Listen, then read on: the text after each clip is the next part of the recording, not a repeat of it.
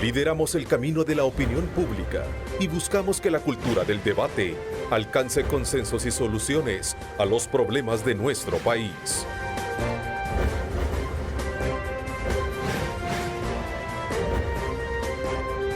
Diálogo con Ernesto López.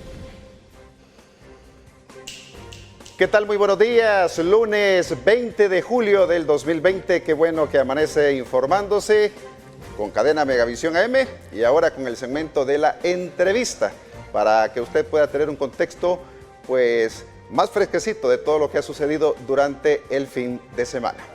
Esta mañana me acompaña en el estudio el doctor Milton Brizuela. Él es el presidente del Colegio Médico de El Salvador. Doctor Brizuela, buenos días y bienvenido. Buenos días, muchas gracias por estar con usted y su audiencia. Siempre estamos a la orden. También me acompaña el doctor José Adán Montes. Él es miembro del Observatorio COVID-19 en nuestro país. Buenos Doctor días, Montes, buenos días, Ernesto. bienvenido. Buenos días, gracias, un placer estar con ustedes, con el doctor Brizuela. Bueno, prácticamente el fin de semana hubo mucha actividad, sobre todo pues de los anuncios que hizo el presidente Nayib Bukele, pero el que llama más la atención, que se retractó, ya todo mundo mañana esperaba la segunda fase de reapertura y pues a última hora el presidente dijo no, bueno, según los expertos que he consultado, como que no es todavía el momento idóneo para reabrir la fase 2 de la economía.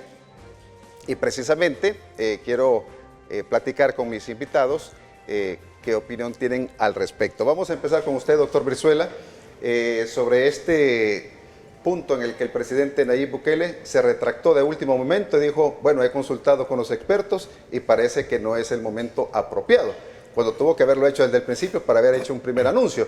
¿Cuál es la lectura del Colegio Médico ante esta información que dio el presidente Bukele? Bueno, nosotros, entre lo difícil que está, la situación que está viviendo el país, vemos positivos que en algún momento el presidente de la República acepte y se deje asesorar de técnicos, pues porque tradicionalmente durante el desarrollo de esta pandemia ha demostrado más que las decisiones son decisiones políticas que técnicas. Nosotros lo habíamos estado diciendo por la situación de la curva epidemiológica y por la situación real que estamos viviendo los médicos en los hospitales, no considerábamos que fuera el momento para avanzar en la reapertura. Siempre lo dijimos desde que estábamos en confinamiento, desde que estábamos en las cuarentenas que tuvo el país por cerca de 90 días, que la reapertura tenía que ser de una forma ordenada y desgraciadamente no es lo que se ha visto en el país. Nosotros estamos en una curva ascendente de casos en este momento, todavía no hemos llegado quizás al pico y a esa meseta de la curva epidemiológica, y hasta que venga en descenso es que se puede pensar en avanzar en esa reapertura. Entonces, desde el punto de vista personal lo veo positivo de que el presidente haya recapacitado y que lo haya dicho públicamente, que se dejó asesorar de expertos en salud. Eso es positivo para el país realmente. ¿Y eso incluye, doctor Montes, al observatorio COVID-19? ¿Les hizo algún tipo de consulta el presidente Bukele para poder decir, bueno, no es el momento, o simplemente gente que tiene tal vez en el Ministerio de Salud o en algunas otras instancias? No, con el observatorio no. Es probable que epidemiólogos y colegas de otras instituciones fueron los que fueron consultados. Como decía el doctor Brizuela, en realidad, si uno ve cuál es la tendencia de la curva epidemiológica que va en ascenso, el índice de reproducción de la enfermedad también ha incrementado y se ve que todavía falta que trabajar mucho en esas fases que le corresponden a la salud pública y a la epidemiología, de tratar de controlar el contagio y tratar de contener la diseminación del virus.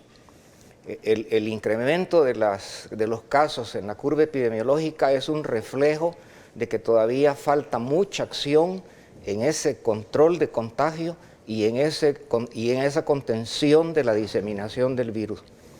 Si esas actividades que corresponden a salud pública en la parte preventiva y a la parte de epidemiología, en la parte de vigilancia del problema, difícilmente se va a poder lograr ese aplanamiento de la curva, porque el aplanamiento es un reflejo de que todavía falta acciones preventivas a nivel de las familias, las comunidades, en este caso municipios, por ejemplo, que son los que tienen más número de casos de COVID. Bueno, prácticamente cuando se creó el observatorio COVID-19, que a veces muy pocas personas conocen que tenemos un observatorio COVID-19, todo el mundo sabe el observatorio ambiental y otro tipo de observatorios, pero el observatorio COVID-19 precisamente fue creado con ese objetivo. Ante los aciertos y desaciertos que puede tener el gobierno para atender esta emergencia, como es normal en cualquier país del mundo, nadie se esperaba esta emergencia. Háblenos brevemente, doctor, pero para que también la población pueda tener este contexto, ¿cuál fue el objetivo inicialmente de la creación de este observatorio y también las estadísticas que muchas veces distan de las que maneja el gobierno en cuanto a fallecidos e infectados? Bueno, tal vez hacer un poco de referencia. El COVID-19 es una enfermedad transmisible, en la cual necesita de un agente, en este caso el virus, y de un vector, que en este caso somos nosotros, las personas. En el caso de las enfermedades transmisibles, igual fue el sarampión, la polio, cólera, el dengue, el Zika. Todas esas están englobadas en ese contexto de enfermedades transmisibles. En las enfermedades transmisibles hay todo un proceso metodológico. Primero, identificar el agente que está, o en este caso sea bacteria, sea virus, que es el que está ocasionando el problema. Una vez identificado qué es lo que ocasiona la enfermedad, hay que definir su ubicación a nivel ya sea de personas o de familias o de comunidades. Y el trabajo de la vigilancia epidemiológica, de los epidemiólogos, es hacer todo un proceso de recolección de información para conocer mejor, diagramar mejor la enfermedad, diagramar la extensión de esa enfermedad en la población, en qué tipo de población, grupos etarios, razas, géneros se concentra el problema, y luego definirlo en el tiempo. Entonces, todo ese proceso de metodología que lleva la vigilancia epidemiológica es lo que al final, en este caso, le hemos dado el nombre de observatorio. También creo que ustedes han visto que hay un observatorio de la violencia en los municipios de nuestro país, que tratan de identificar el problema, caracterizarlo de la mejor manera, cuáles son los factores, las causas, las consecuencias, y luego definir o diagramar dónde es que se concentran los focos de ese problema. En el caso del observatorio, es como el panel de instrumentos de un avión, es que va dando una cantidad de información, en número de casos, dónde es que se están dando los casos, el nivel de gravedad que tienen esos casos, la población que está afectando, cómo está evolucionando la enfermedad en el contexto del país. Y con toda esa información hay varios equipos de colegas. En el caso de la epidemiología es un enfoque multidisciplinario. Intervienen médicos epidemiólogos, intervienen médicos infectólogos que son especialistas en enfermedades transmisibles o tropicales, intervienen también ingenieros, intervienen biomédicos, intervienen laboratorios y laboratoristas especializados. En el caso, por ejemplo, del COVID, se necesita un personal altamente capacitado en el manejo y identificación de virus, por ejemplo. Entonces, toda esa información en conjunto lo que tiene como objetivo es diagramar, en este caso, dónde se concentra el problema de la pandemia de COVID-19. Por eso el observatorio, y la verdad todos los epidemiólogos han estado insistiendo no es lo mismo decir, por ejemplo, ayer el dato eran más de 11.800 casos de COVID en el país, pero decir 11.800 casos en El Salvador no es lo mismo que cuando ya se diagrama que la mayoría de casos se concentran en departamento de San Salvador, departamento de La Libertad. Hoy San Miguel desplazó a Santana. San Miguel lleva el tercer lugar, después está Santana, Sonsonate también ha aumentado el número de casos y desplazó a Huachapán. Y es un nivel de aproximación, esto va por aproximaciones, como en el caso de una fotografía en que vamos acercando el objetivo a tomar una fotografía, por ejemplo, de un insecto en macro, hacemos una aproximación, igual en el caso del COVID. Una vez identificados los departamentos, caso San Salvador, la siguiente pregunta es, bueno, pero San Salvador es amplio. San Salvador tiene diferentes municipios, son 19. ¿Cuáles son los municipios que tienen más problemas? Y entonces volvemos otra vez en el mismo esquema. San Salvador, Soyapango, Ilopango. Cuando llegamos a nivel de municipio, la pregunta es, sí, pero en el municipio tiene, por ejemplo, en nuestro país los municipios tienen cantones, excepto San Salvador, por ejemplo. Y los cantones tienen caseríos. Entonces, en ese tipo de aproximación, uno va tratando de bajar, a tratar de concentrar o diagramar mejor el área donde el problema se concentra. Una vez definida esa área, el trabajo es identificar el caso positivo. Una vez identificado el caso positivo, hay que identificar todos los contactos de ese caso, porque ahí es donde se hace la medida de prevención. Al caso positivo se le aísla para que no siga contaminando más gente. Y es precisamente lo que siempre ha insistido el Colegio Médico, doctor Brizuela, el poder llegar a estos focos prácticamente en cada uno de los departamentos, cada uno de los municipios, caseríos, cantones, a nivel nacional. Pero muchas veces cuando se pidió una cuarentena obligatoria de 15 días y no se dio, incluso los alcaldes dijeron, bueno, queremos que sean cuarentenas focalizadas. ¿Cuál sería entonces el apoyo que han tenido ustedes por parte del gobierno? ¿Ha habido pues una coordinación entre el gobierno y el Colegio Médico como para poder atender la pandemia o pues simplemente han sido excluidos, doctor? Bueno, nosotros tuvimos la oportunidad y la búsqueda de parte de la gremial de ofrecerse al gobierno para dar aportes técnicos. De hecho, esto fue la última reunión que tuvimos nosotros con el señor ministro de Salud, fue el 6 de mayo, con varias reuniones previas. Cuando vimos que no había posibilidad de trabajar al lado del gobierno, fue que el Colegio Médico, de sus asociaciones filiales, que son las asociaciones de especialistas del país, que es la estructura del Colegio Médico, se escogió algunas personas, incluido el doctor Montes, que además de ser miembro del observatorio, es miembro de la Junta Directiva del Colegio Médico, para conformar el Observatorio Médico COVID-19, con el objetivo de a la nación estarle, digamos, dando el análisis de cuál es la situación, cómo la veíamos nosotros, y hacer propuestas al Ejecutivo, propuestas a todos los órganos del Estado, y así como usted lo plantea, nosotros estamos claros de que la vigilancia epidemiológica inteligente y bien desarrollada es lo que puede venir a cambiar el desarrollo de esta pandemia en nuestro país. De hecho, el observatorio ha construido una propuesta de atención primaria realizada desde los gobiernos locales. Se les ha hecho llegar a por lo menos 8 alcaldías del país que han buscado asesoría del Colegio Médico, y se va a hacer un lanzamiento para que todos los alcaldes del país que necesiten ese apoyo se les brinde. En esta propuesta lo que se dice es que ya existen comités de protección civil municipal, que estos se podrían activar, y a nivel local podría trabajar fácilmente los gobiernos municipales con la distribución local que tiene el Ministerio de Salud a través de sus unidades comunitarias de salud. Este trabajo realmente aquí lo hemos dicho nosotros en repetidas ocasiones.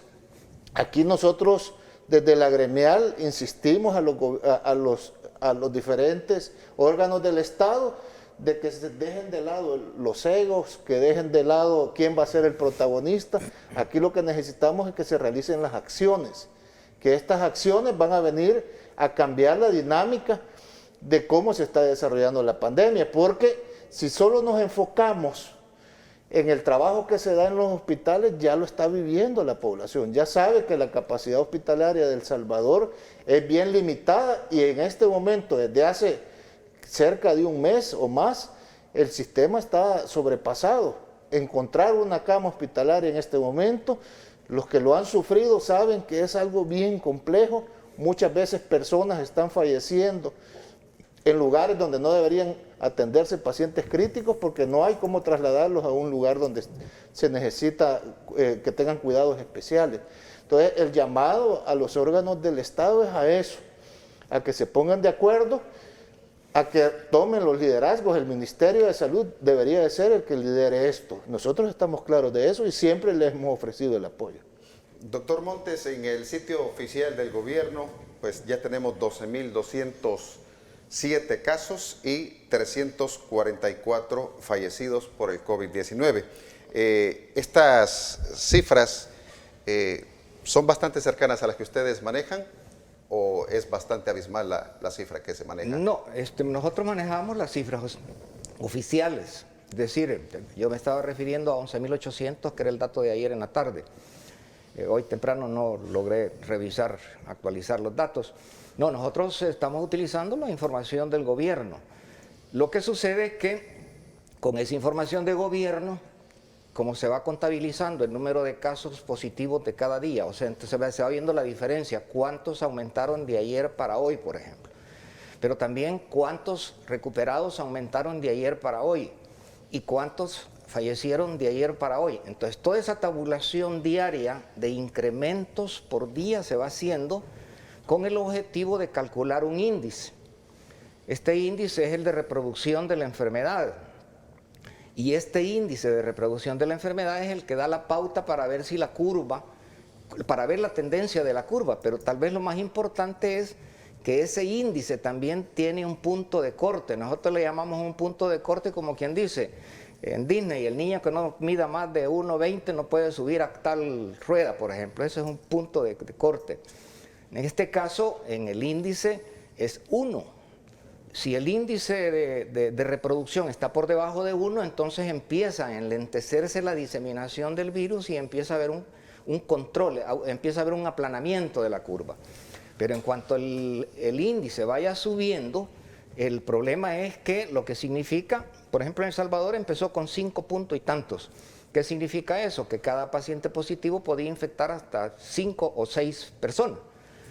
Hoy anda por unos 76 el último dato que un colega que está en el observatorio calculó el día de antier, y aunque está bajo, ahí es donde nosotros decimos no coincide el índice de reproducción con el número de casos, porque si el número de casos estamos hablando de 12.000, entonces esperaríamos nosotros, y ha ido la curva aumentando. Por ejemplo, creo que el último dato de ayer fue de 348 nuevos casos. Entonces ya cuando uno ve ese dato y ve que el índice de RO calculado está para abajo, entonces dice no hay consistencia, es decir, como que el avión me está indicando que va para arriba, pero yo veo que va para abajo. Entonces ahí es donde empezamos a decir, mira, aquí hay algo en información que no está dibujando bien o no está diagramando bien la situación. Y un caso, por ejemplo, es, usted ve que son 10.000 y tantos sospechosos. Entonces, bueno, como sucedía en el caso del dengue, si es sospechoso, tomémosle el examen y probemos de qué tipo de virus es el que tenía de dengue y lo clasificamos como dengue. En este caso nos estamos quedando con la duda. Sospechoso porque clínicamente tiene todos los síntomas de COVID, sí, pero no tiene el examen positivo y por eso no lo paso a la otra casilla. Pero si yo lo pasara a la otra casilla, el índice de RO probablemente se fuera a 3, y ese sí ya refleja lo que estamos viendo en la realidad. Un incremento de casos. Bueno, es lamentable, doctor, que día con día también el gremio médico pues va perdiendo la batalla ante este terrible virus del COVID-19. Hasta la fecha, ¿cuántos médicos y enfermeras van fallecidos, doctor Brizuela? Fíjese que no tenemos, digamos, los datos oficiales del Colegio Médico, pero andaba cerca de 80 profesionales de la salud los que han fallecido. Médicos andamos por 28. Pues es lamentable, ¿verdad? Porque si nos comparamos con países en Centroamérica que probablemente tengan las mismas condiciones socioeconómicas nuestras, El Salvador es el que va superando en esto. Costa Rica anoche nada menos me comuniqué con gente del Colegio Médico de Costa Rica.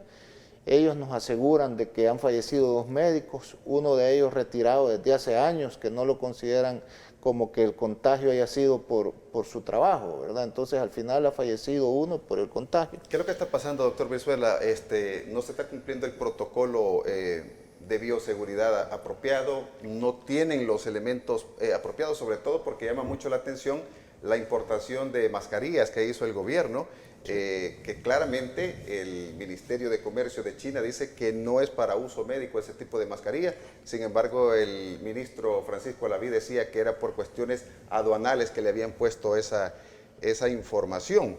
¿Cuál es su postura al respecto, doctor? A nosotros nos preocupa ese tipo de justificaciones, ¿verdad? Porque realmente lo que el personal necesita es un equipo de protección personal que esté certificado y que estemos seguros de que va a protegerlos de que se contagien.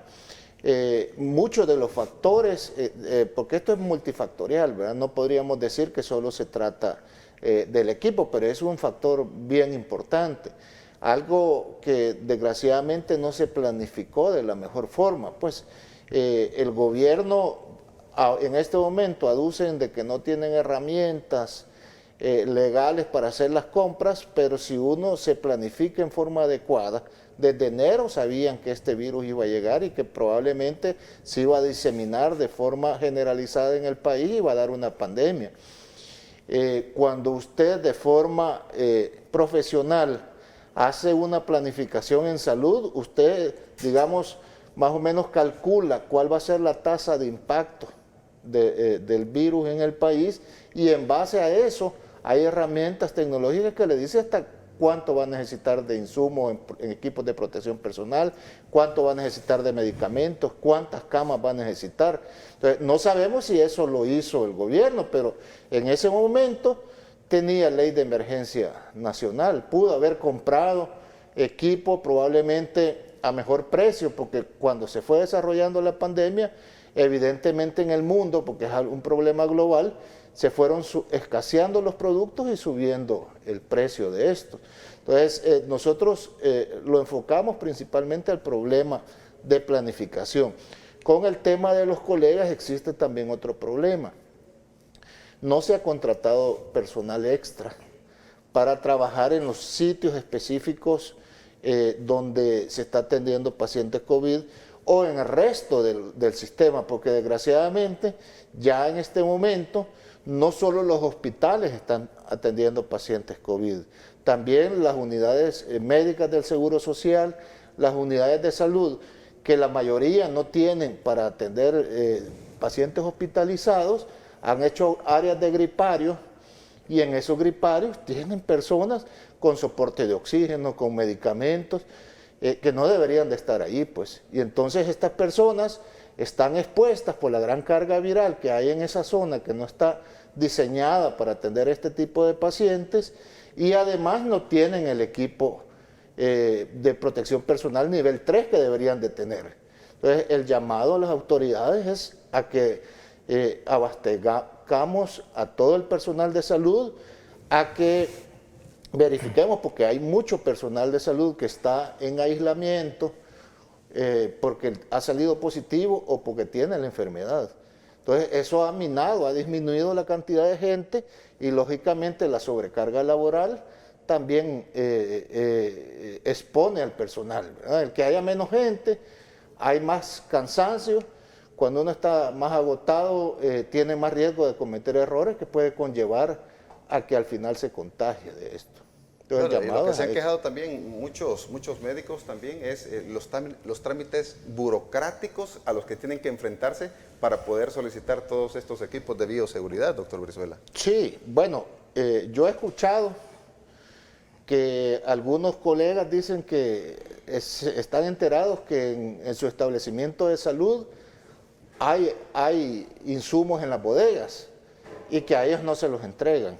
Entonces, eso es algo realmente que podría ser hasta un delito, pues, porque están exponiendo innecesariamente al personal. Pero allí no se puede desligar la autoridad de que eso no se esté dando, pues, o sea, la autoridad está para dar órdenes desde el ministerio y todos sus niveles, pero también para supervisar que esas órdenes se cumplan. Entonces, el llamado es que si eso está sucediendo, que lo supervisen, que si es necesario alguna jefatura local sancionarlo, que la sancionen, pero no podemos seguir exponiendo al personal de salud porque además de que es una vida valiosa que difícilmente se va a reemplazar, eso va a ir minando la capacidad del Estado a responder para atender a la población. Doctor Montes, lo que ha solicitado el gobierno, el presidente Nayib Bukele, pues ha solicitado una cuarentena estricta de 15 días. ¿Usted considera de que eso realmente ayudaría para contener la pandemia o no sería de mucha efectividad como lo hemos visto en el pasado? La cuarentena en salud pública es una de las medidas preventivas más efectivas y se implementó allá por 1902, cuando incrementa el comercio marítimo de Europa hacia América, principalmente Estados Unidos, y para prevenir, acuérdense usted que en esa época la peste bubónica, el cólera, la tifoidea en esa área de Europa había golpeado y diezmado las poblaciones. Como una medida de protección se instala la cuarentena, que era la observación de viajeros y de productos, de mercancías que traían durante 40 días para observar de que no tuvieran ningún bicho o enfermedad. Y es una medida efectiva, pero tiene su forma de aplicar. En el caso, por ejemplo, actual, la cuarentena aplicaría para observar durante 14 días a todos los contactos de los casos positivos de COVID. Por ejemplo, el municipio de San José Villanueva tiene un cantón y en ese cantón hay 2 casos positivos y hubo identificados en la investigación que se hizo en el cantón que habían 10 casos de contactos, es decir, gente que estuvo con el caso positivo, que estuvo platicando con él, que lo estuvo atendiendo, que comió con él. Entonces, ese contacto se pasa a cuarentena de 14 días para observar cuál es la evolución, si él presenta fiebre, síntomas de la enfermedad. Es una medida de contención, o sea, yo aíslo al caso positivo para que curse la enfermedad bajo mi control y tratamiento y lo saco negativo. Y a los contactos los controlo y los encierro también para que no sigan diseminando. Ese es el objetivo de la cuarentena. Si hay un municipio, pongamos un caso, un área de Soyapango, el señor alcalde decía, son 5 colonias las que yo tengo identificadas con problemas. Sierra Morena, Las Margaritas, La Campanera y 2 más que ahorita no recuerdo el nombre. Bueno, el objetivo era, si ahí están concentrados los casos, ahí se hace un cerco. Y se puede incluso poner una cuarentena de 1 semana, de 15 días, el tiempo que permita encuestar a toda la población y testear a la población para decir, usted es contacto y hay que apartarlo, usted está sano y se queda. Bueno, doctor Montes, necesito ir a la pausa comercial, son ya las 7 de la mañana en punto, no nos cambie por favor, que volvemos en breve.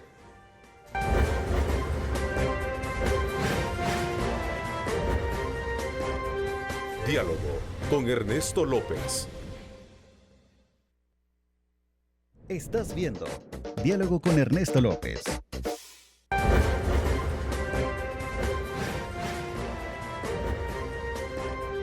Diálogo con Ernesto López.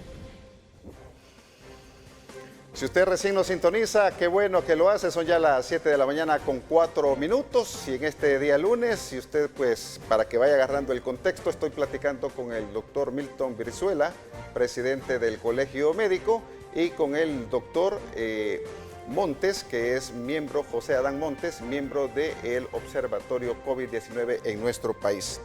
Bueno, algo que llama también la atención, doctor Brizuela, también de los equipos de bioseguridad de nivel 3 que siempre se ha estado solicitando por parte del personal médico. Estaba viendo que el gobierno estaba entregando o quería entregar unas mascarillas plásticas cuando decían pues, que no hay ningún tipo de certificación que garantice pues, realmente evitar un contagio del COVID-19. ¿Cómo es ese tipo de mascarillas, doctor? Si nos puede explicar un poco más al respecto. Nosotros hemos recibido quejas de colegas que se las han dado, que están atendiendo principalmente en el primer nivel, que son las unidades de salud. Algunos aún en hospitales les han entregado estas mascarillas. No dice ningún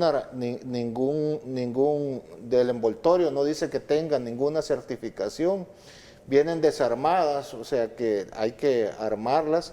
Y lo que vemos es que trae 3 tipos de tela, las cuales desconocemos la certificación.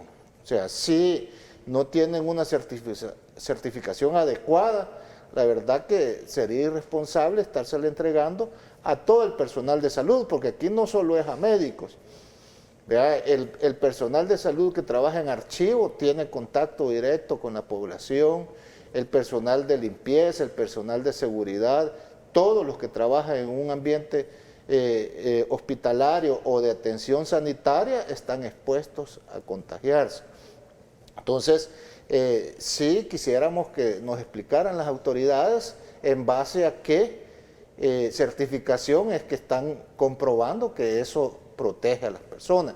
La otra queja que hemos recibido, que por los materiales que están diseñados, las personas que los han usado les ha quemado la cara, les ha dado reacción el plástico que tiene este tipo de mascarillas. Entonces, nosotros sí pediríamos que fueran responsables en ese sentido y que entreguen equipo de protección personal que esté certificado y que sepamos que estamos protegiendo al recurso más valioso, que es el personal de salud.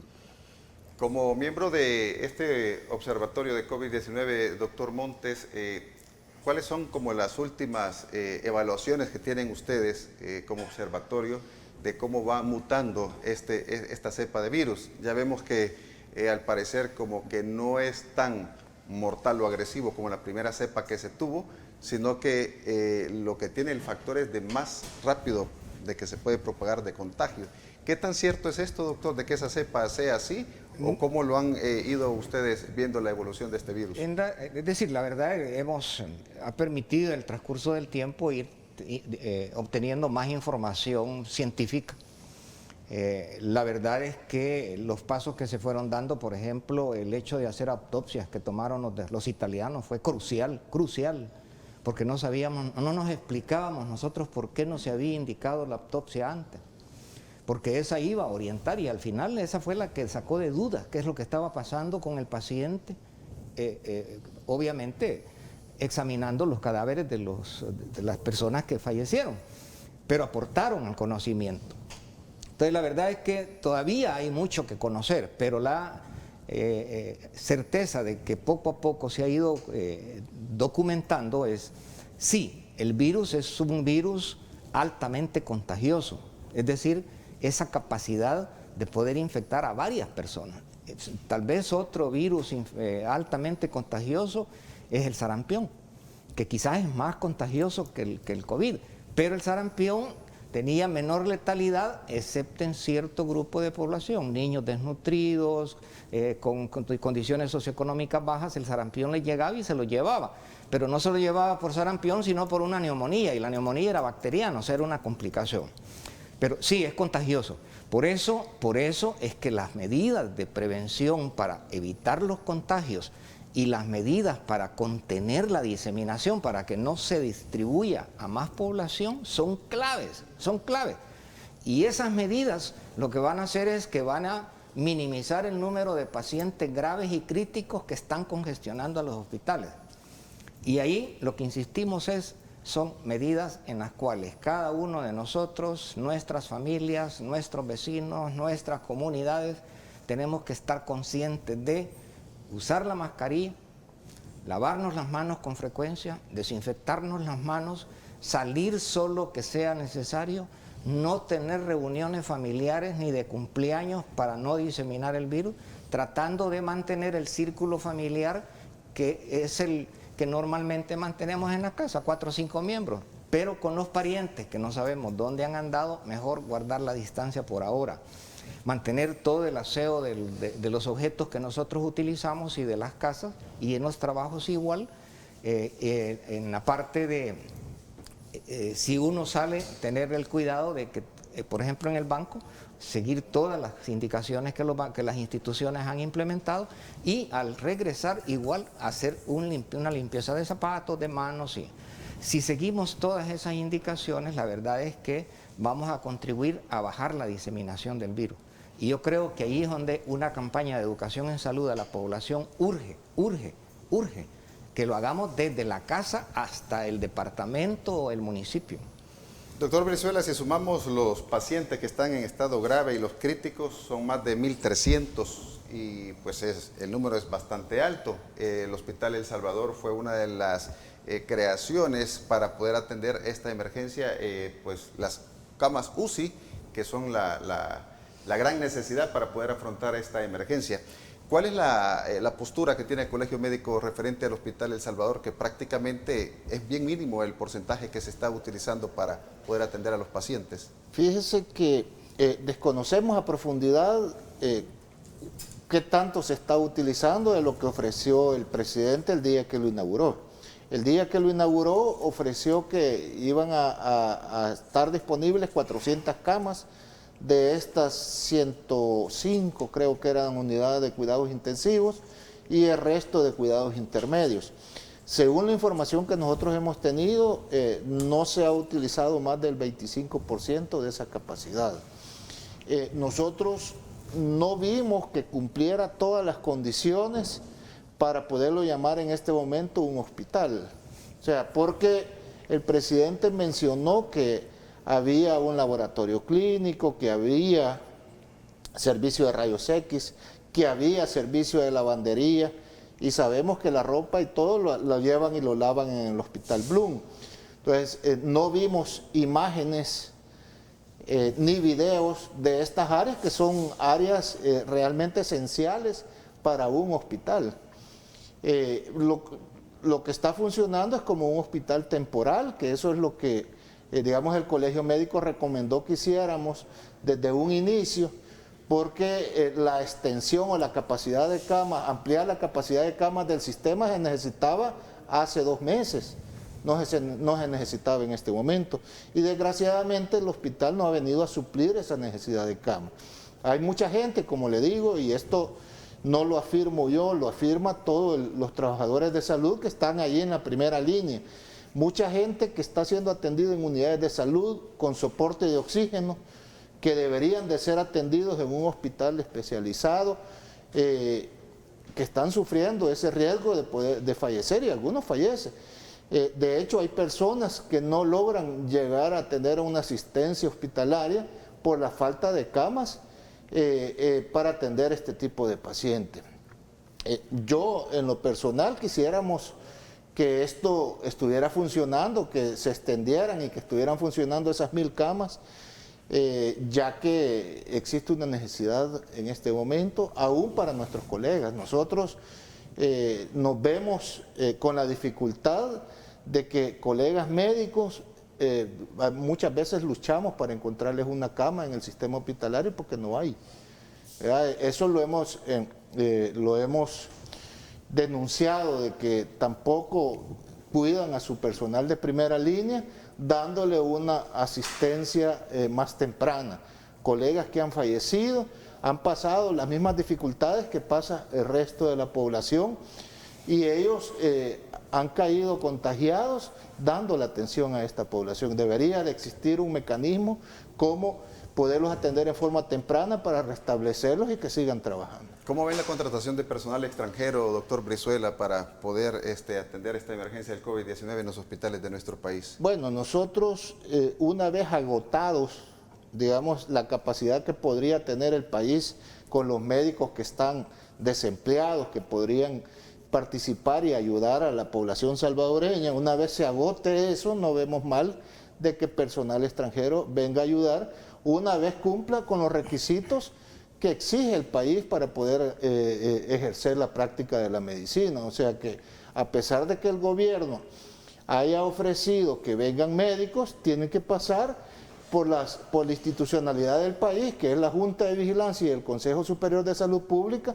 para verificar que ellos sí cumplan los requisitos y puedan atender a los salvadoreños de una mejor forma, ¿verdad? Entonces, si se cumplen esos requisitos, si se agota la capacidad que tiene el país, no vemos mal que nos vengan a ayudar. Si la verdad que si la necesidad existe, aquí lo que se trata es de salvar más vidas. ¿Qué recomendación haría el Observatorio del COVID-19 a la población, doctor? Sobre todo, pues me llamaba mucho lo que usted decía, hacer una campaña más agresiva para que la población se pueda concientizar más de esta enfermedad, porque hay muchas personas que todavía lo siguen viendo esto como que es un tema más político que una realidad, doctor Montes. Sí, yo creo que en realidad aquí es donde juegan un rol importante los gobiernos locales, los gobiernos municipales, porque ellos también lideran los comités de protección civil, en la cual participan las otras instituciones, en el caso Policía Nacional Civil y otros de otros sectores que tienen que ver con salud. Aquí lo que hay que hacer es toda una campaña de educación. A la población es, como usted decía, explicarle qué es la enfermedad, cómo se transmite la enfermedad y lo que implica esta enfermedad en serio de la vida. Y luego empezar a hacer el trabajo. En el municipio, tenga o no tenga casos, si tiene casos con mucha más razón, guardar todas las medidas de prevención. No salga de su casa si no lo necesita. Si usted tiene poblaciones de edad mayor o tiene adultos con enfermedades crónicas que están transcurriendo en su vida, diabetes, hipertensión, a esas personas las familias deberían de resguardarlos. Resguardarlos es, mire, usted no va a salir, usted se va a tener que estar con mascarilla dentro de la casa si viene alguien, o si alguien salió y entra, póngase la mascarilla para que no lo contagie, porque son la gente que tienen más riesgo de padecer la enfermedad y de morir. Entonces, una vez resguardamos a los adultos, vamos con los niños. Y con el resto de la familia va a salir a hacer los mandados el joven sano, que sabemos que tiene menos riesgo de salir al súper, al mercado o a la farmacia. Luego, seguir con todas las indicaciones de lavado de manos, mascarilla, desinfección, cuidado con los zapatos. Si nosotros conservamos eso desde abajo y lo logramos concientizar, va a haber un impacto en el contagio, Y luego necesitamos las acciones de salud, también de la alcaldía, en que a la población se le proporcione alcohol gel, por ejemplo, para desinfectarse. Si no hay posibilidades de tener mascarillas, que les proporcionen mascarillas y que le proporcionen los líquidos necesarios para poder desinfectar sus entornos. Si se hacen esas medidas a nivel local, empezando desde la familia, la colonia, el barrio, el municipio, va a haber un impacto, porque lo que se quiere es minimizar el número de pacientes graves y críticos, porque sabemos que los riesgos son mayores. Bueno, algo que sí es positivo, ver cómo se destaca que el país lidera la toma de pruebas de PCR, ¿verdad?, de las personas pues que prácticamente prácticamente que han superado. Aquí está la gráfica, mire, que nuestro país lidera la toma de pruebas de COVID-19 en América Central. Son 201.038 pruebas las que se han realizado. Panamá es el que le sigue con 173.751 pruebas. Guatemala 64.586, Costa Rica 61.214, Honduras 49.306 y preocupa Nicaragua, ni siquiera aparece con un tan solo caso. O sea, allá todos lo están manejando como que fuera asma, como que fueran problemas bronquiales, pero nada asociado al COVID-19. Ya para ir finalizando con la entrevista, doctor, ¿cuál sería como la lectura sobre este tipo de tomas de pruebas? Bueno, hemos tenido la oportunidad de tener cantidad de pruebas a disposición.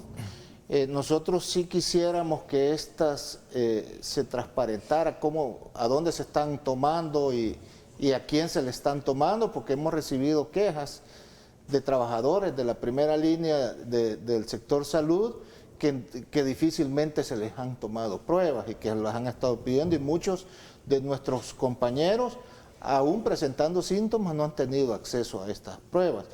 Entonces, lo que pediríamos es que el uso de las pruebas fuera focalizado en los lugares donde más se necesitan. Desconocemos cómo las han estado tomando y cuál es el criterio que han utilizado para distribuirlas. El llamado es a eso, como lo mencionaba el doctor Montes, en los sitios donde hay mayor cantidad de casos, es donde se deberían de ir a tomar para ir a la búsqueda activa de esos casos, el aislamiento y la separación de los contactos para evitar la diseminación en las comunidades, que es lo que está afectando mucho. Pero el llamado es que se use en forma efectiva esos recursos que tenemos en el país. Bueno, quiero agradecer su presencia esta mañana a Diálogo por haber compartido con los televidentes pues estas cifras, estas posturas por parte del Colegio Médico, por parte del Observatorio COVID-19. No sé, algunas palabras ya para ir finalizando, doctor Brizuela. Bueno, agradecer el espacio, reiterarles un mensaje de solidaridad a nuestros compañeros de trabajo, principalmente al gremio médico. Estamos con ustedes. Les deseamos lo mejor y que Dios los proteja en esta lucha ardua que están enfrentando. Ya casi va llegando ese alivio, o ya va a llegar ese alivio, por lo menos de lo que se había anunciado, doctor, de ese seguro de vida que... Bueno, esperemos que lo sancione el presidente de la República y que lo publique en el diario oficial para hacerlo efectivo. Sí. Doctor Montes. No, muchas gracias. Le queremos agradecer la oportunidad que nos dan para compartir las experiencias que hemos tenido y nada más un llamado. Depende de cada uno de nosotros, los salvadoreños y de nuestras familias y el apoyo a nuestras comunidades para que empecemos el trabajo desde abajo. Es puras medidas de prevención, prácticas sencillas, fáciles, que lo único que requieren es un cambio en la práctica, un cambio de hábitos. Y esperamos de que eso contribuya a evitar los riesgos de la enfermedad. Bueno, y precisamente en el segundo bloque de la entrevista, lo que ustedes mencionaban, que es importante también el trabajo de los gobiernos municipales. En el segundo bloque de la entrevista voy a tener de invitado al alcalde de Santa Tecla, Roberto Dawison, y a Adán Perdomo, el alcalde de Ilopango, para tratar también qué es lo que están haciendo estos gobiernos municipales para poder atender la emergencia del COVID-19. Esto cuando regresemos, son ya las 7:21.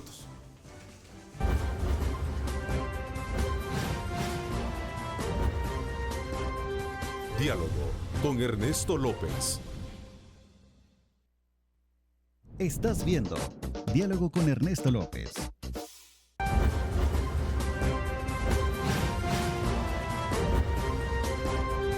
Diálogo con Ernesto López.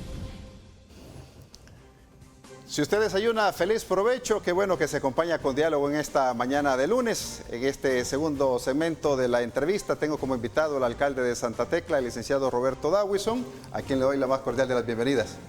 Muchas gracias, gusto estar contigo, en todos los televidentes, y aquí con mi querido colega también. Bueno, también nos acompaña Adán Perdomo, el alcalde de Ilopango, a quien le doy también la más cordial de la bienvenida a Diálogo. Bueno, muy buenos días, gracias por la invitación que nos haces a Diálogo. Igual, junto a Dawison, gran alcalde de San Salvador. De Santa Tecla, Santa Tecla. Bueno, de Santa Tecla, ya te estoy dejando de San Salvador, viejo. Y viendo qué es lo que vamos a hablar un poco más y que conozcan pues los salvadoreños qué es Ilopango y qué estamos haciendo nosotros los alcaldes. Muchísimas gracias. Y eso es importante, que lo conozca cada uno de sus habitantes, porque muchas veces hemos visto de cerca el trabajo que están haciendo ahora las municipalidades, cada quien pues desde sus trincheras, de acuerdo a cada uno de sus presupuestos.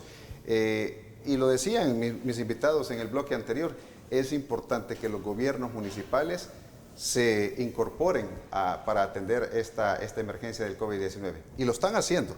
Vamos a empezar hablando con el alcalde de Santa Tecla, Roberto Dawison, para ver cuáles son de primera instancia las estadísticas que se manejan como municipio de contagiados.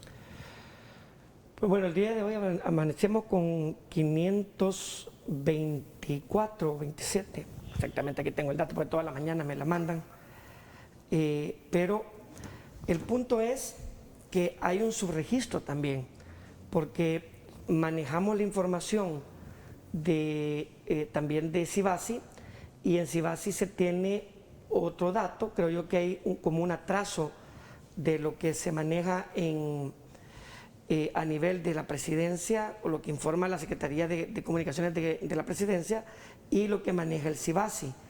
Pero vaya, los datos de este día, según el gobierno, son 559.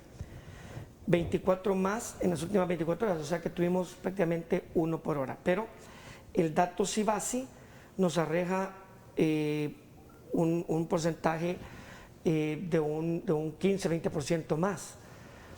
Entonces, nosotros estamos trabajando con el dato CIVASI, o sea que es el peor escenario. Y también tenemos el dato de los casos activos. Los casos activos no llegan a 300.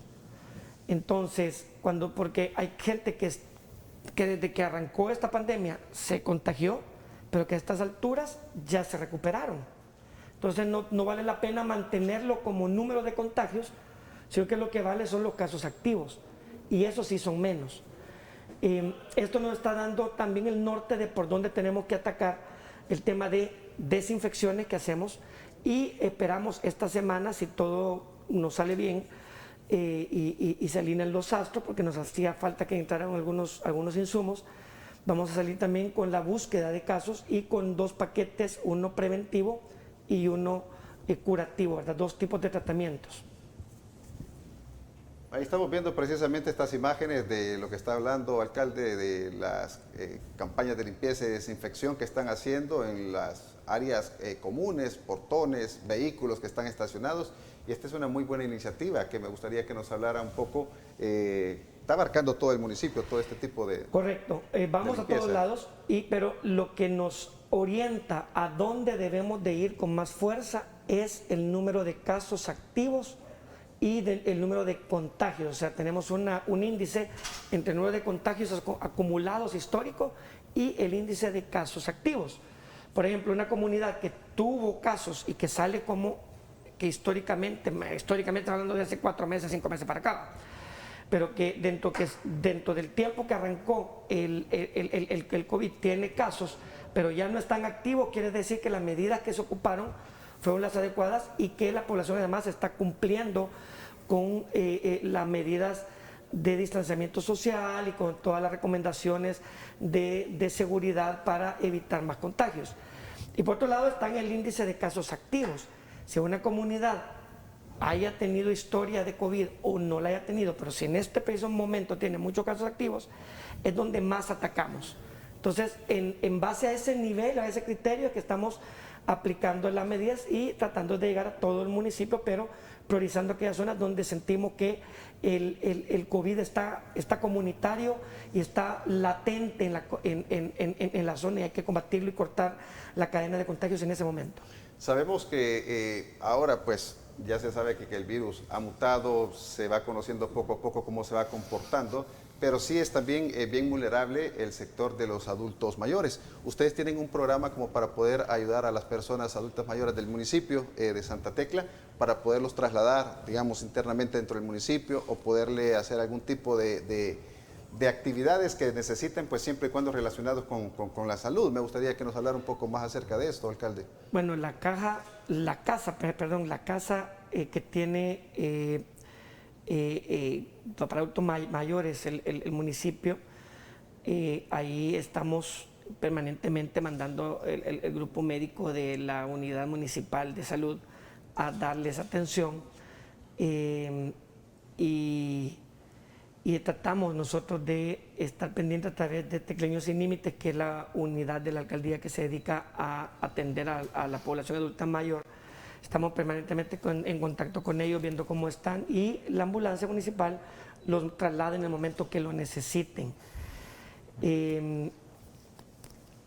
Definitivamente es una población bastante vulnerable, y sí hemos tenido casos de abuelitos que pasaron ya mejor vida.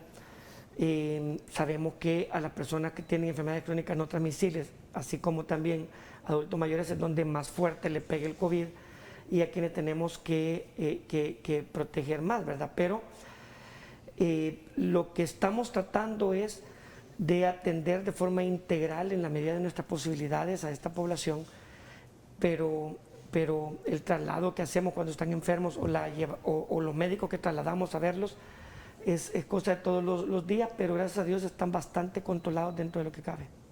Bueno, vamos a platicar con el alcalde de Ilopango. ¿Cuántos casos ya confirmados tiene el municipio de Ilopango? Bueno, Ilopango tiene alrededor de más de 250 casos, el cual lo que nos está agobiando más es la mortalidad en nuestro municipio.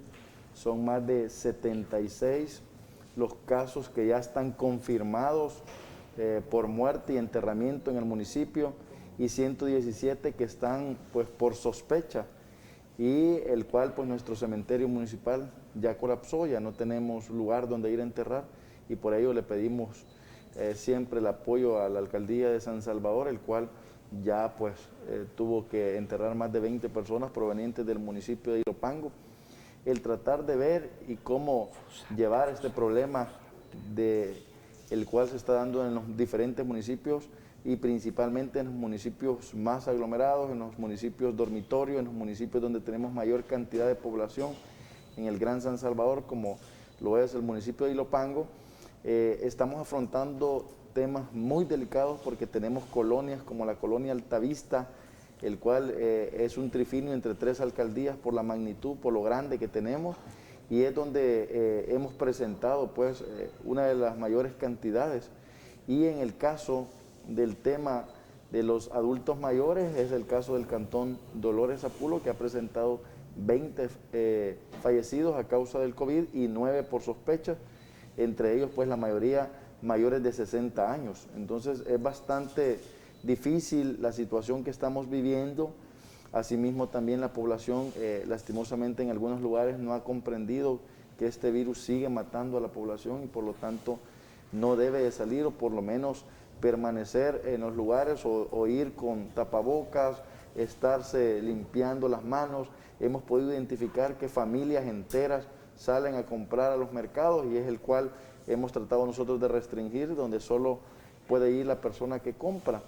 Pero podemos ver carros, hemos podido ver tráfico en el Boulevard del Ejército muy fuerte, y donde familias enteras, imagínate, el fin de semana nos dimos cuenta que familias enteras yendo pues a bañarse al lago de Ilopango, y donde tuvimos que enviar personas del cuerpo de agentes municipales para poderlos retirar, sancionar a la parte de los restaurantes, el cual estaban vendiendo bebidas embriagantes, y el cual tuvimos que multarlos, y pues por lo que hemos hablado con ellos, al principio los hemos cerrado hasta nuevo aviso, y los hemos cerrado prácticamente, ya los teníamos cerrados, pero esos van a tener una multa y van a ser cerrados, y van a tener que pasar un proceso sancionatorio, el cual hemos puesto a disposición con la nueva reforma que hicimos.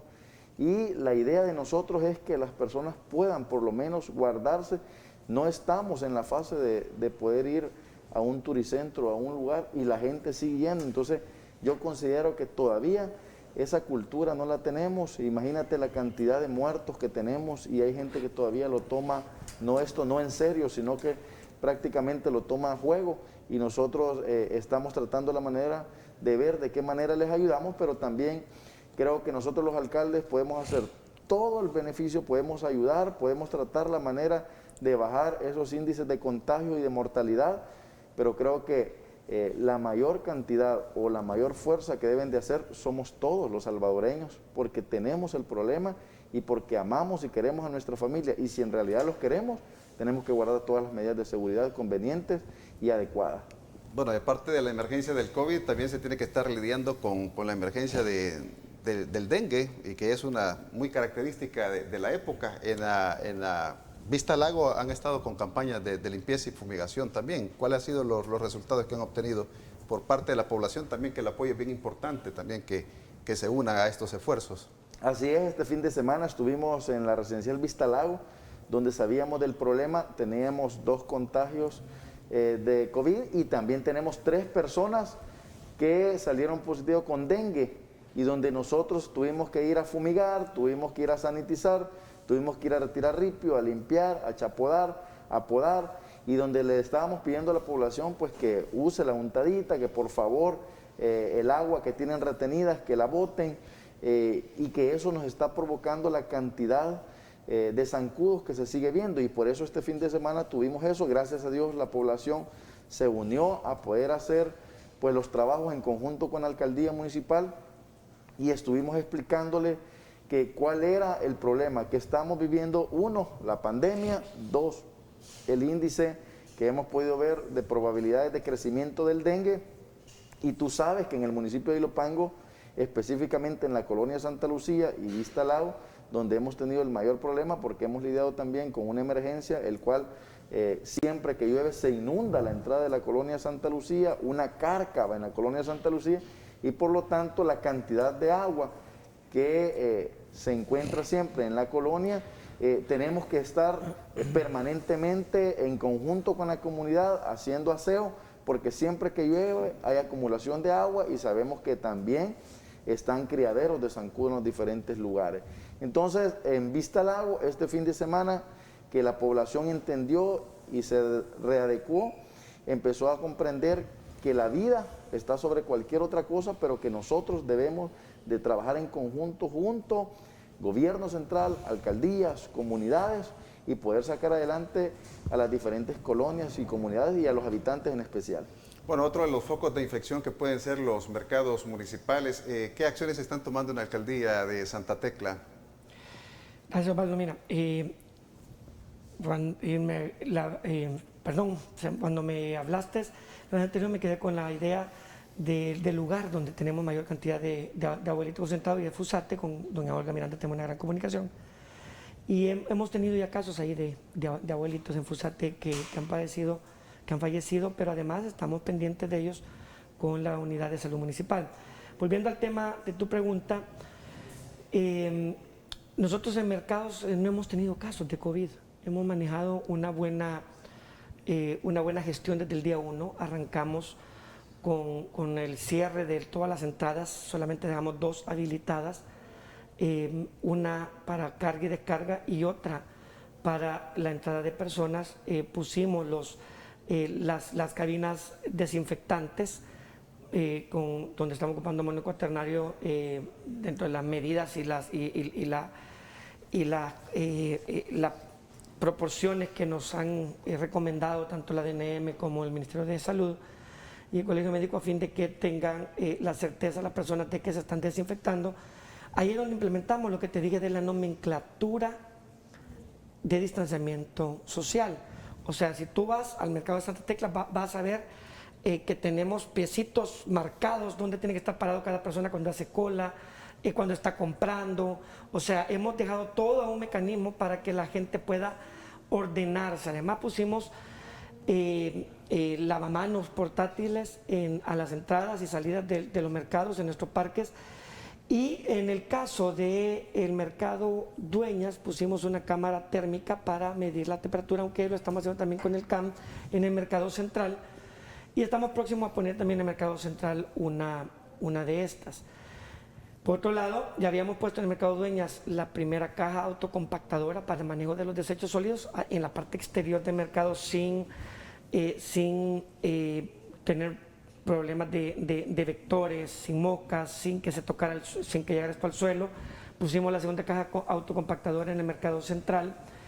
Y o sea que todas las medidas que hemos tomado de higiene nos han permitido tener un ambiente bastante sano, bastante seguro, y la población, así como los usuarios del mercado y los clientes de estos usuarios del mercado, tienen la tranquilidad de que se están dando todas las medidas necesarias para proteger su vida y su salud.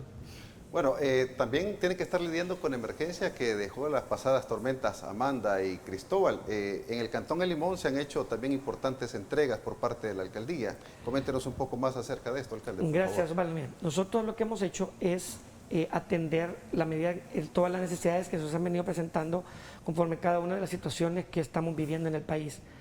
No esperábamos el COVID, no esperábamos. Y de repente nos cae esta tormenta tropical y la colita de Cristóbal, que es cuando ya se pasa al Atlántico y todavía nos impactó.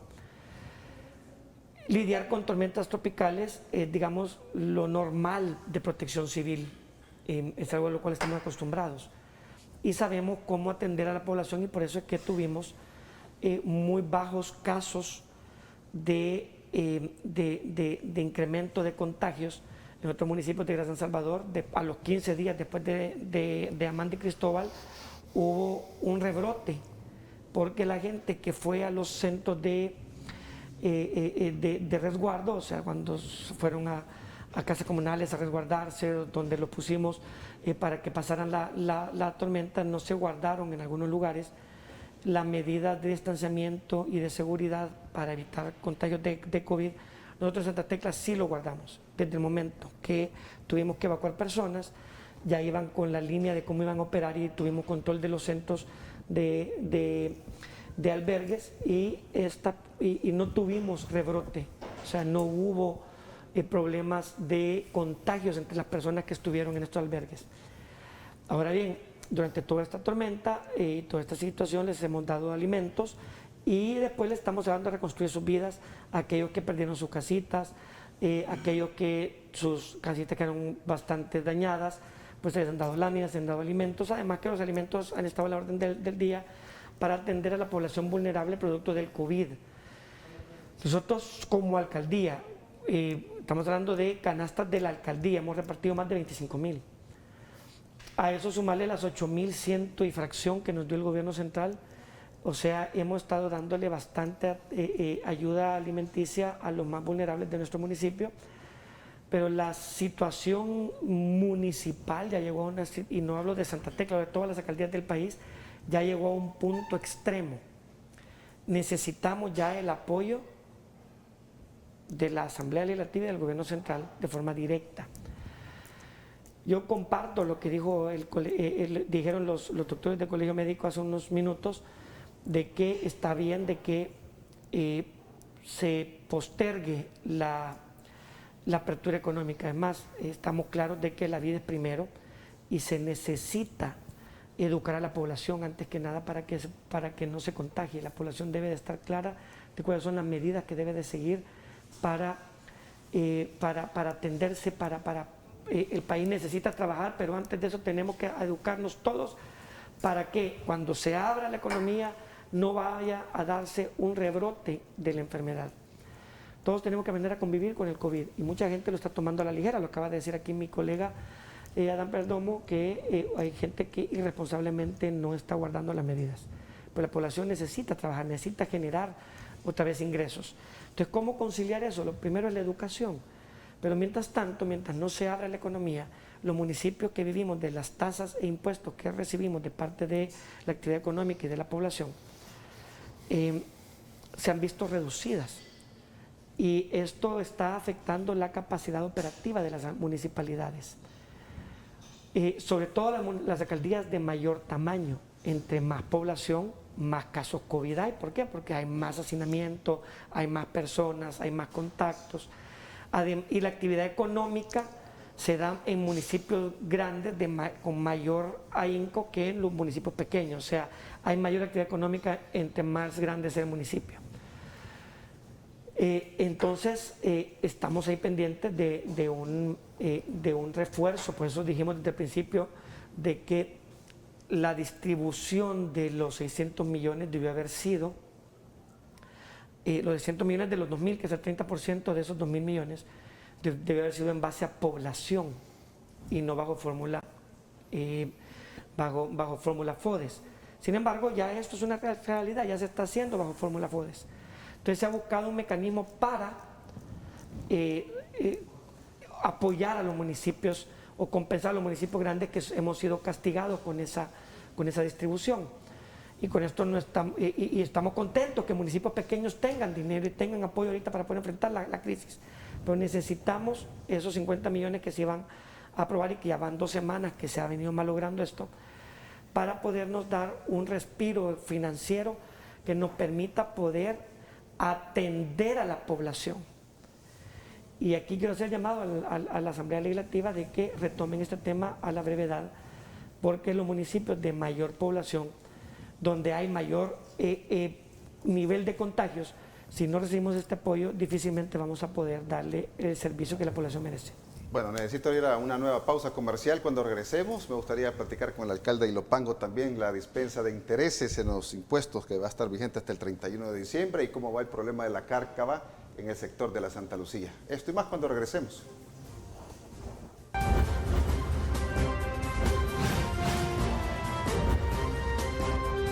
Diálogo con Ernesto López. Estás viendo Diálogo con Ernesto López.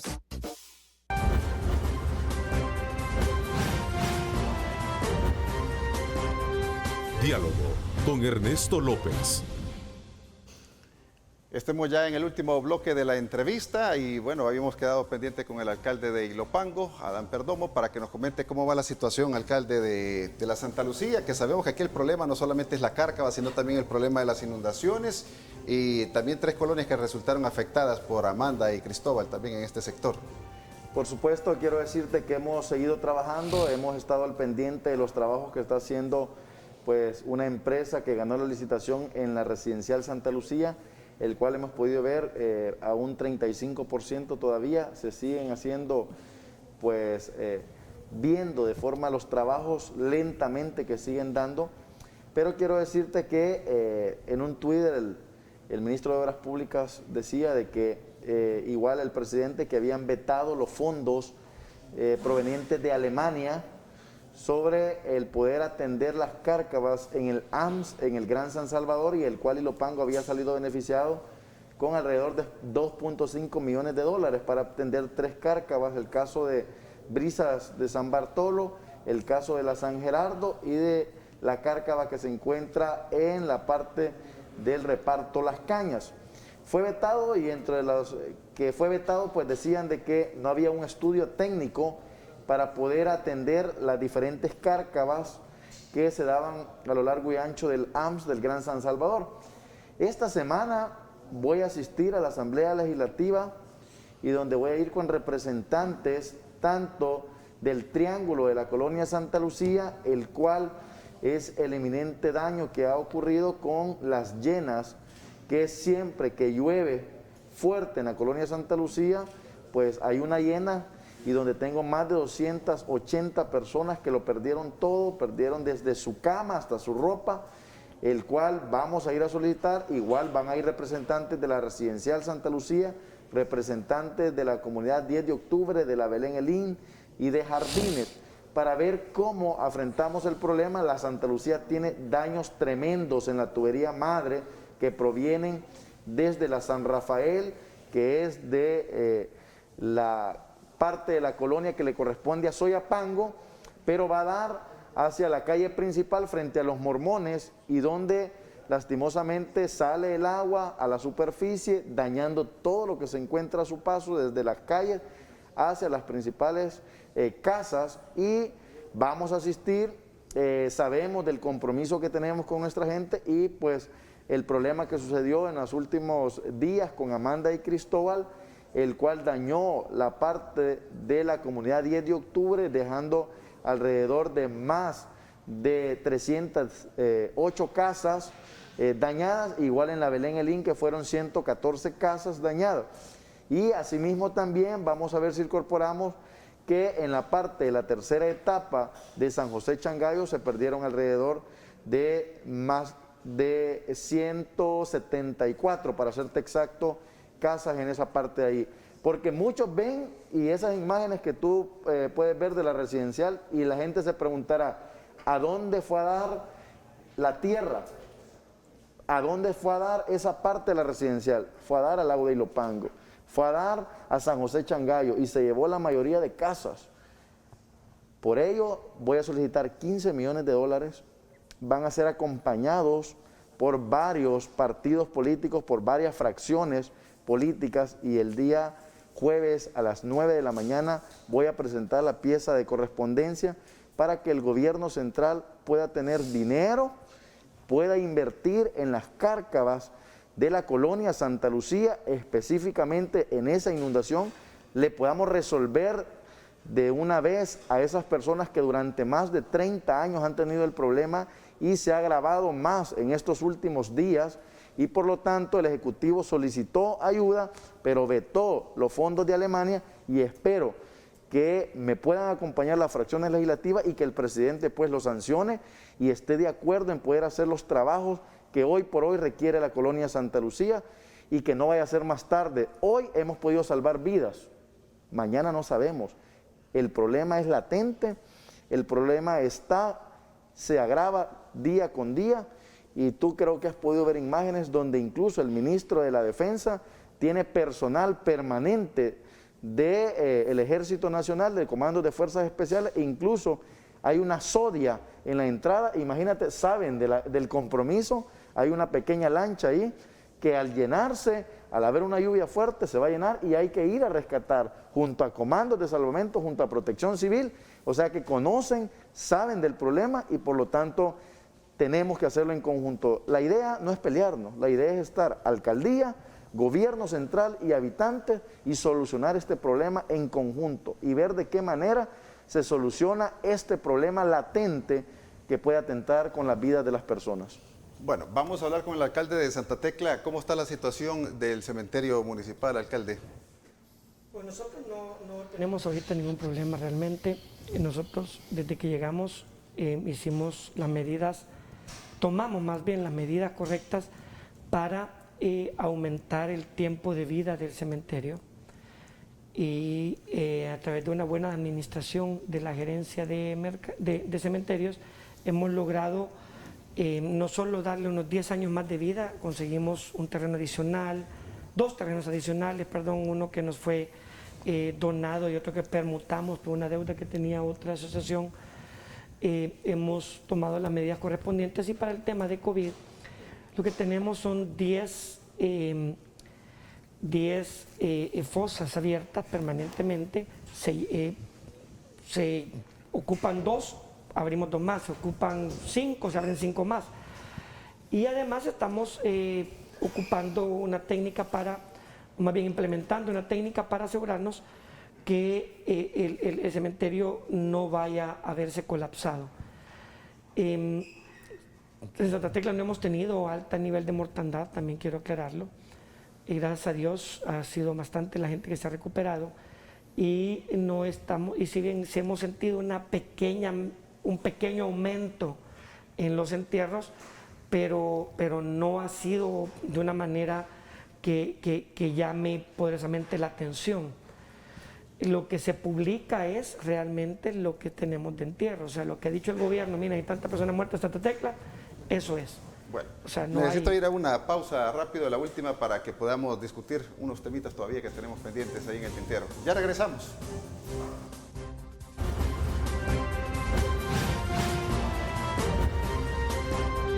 Diálogo con Ernesto López.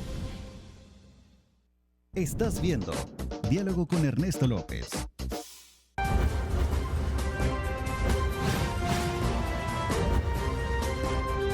Diálogo con Ernesto López. Se fue volando el tiempo, nada más agradecerle al alcalde Adán Perdomo y también al alcalde Roberto Dawson por habernos acompañado esta mañana en Diálogo. Bueno, muchísimas gracias por la invitación que haces a este alcalde, gracias por compartir con Roberto. Solo recordarle a la población que puede acercarse a la Alcaldía Municipal de Ilopango, estamos en dispensas de multas e intereses y por favor, quédate en casa. Pues lo mismo, darte las gracias por la invitación, a todos los televidentes por habernos acompañado. Decirles también que en Santa Tecla tenemos ahorita un decreto para dar dispensa de multas e intereses a fin de que la gente se acerque a ponerse al día con la municipalidad. Y bueno, desearles todo lo mejor, cuídense porque hay que poner su granito de arena todo para poderse proteger del COVID-19 y no seguir contagiando o más bien no seguir aumentando el nivel de contagios. Que Dios bendiga a todos hoy y siempre. Bien, muchísimas gracias a ustedes, amigos televidentes, por habernos acompañado, esperando que tengan un feliz inicio de semana. Los espero a la 1 de la tarde en Telenoticias 21. Lideramos el camino de la opinión pública y buscamos que la cultura del debate alcance consensos y soluciones a los problemas de nuestro país.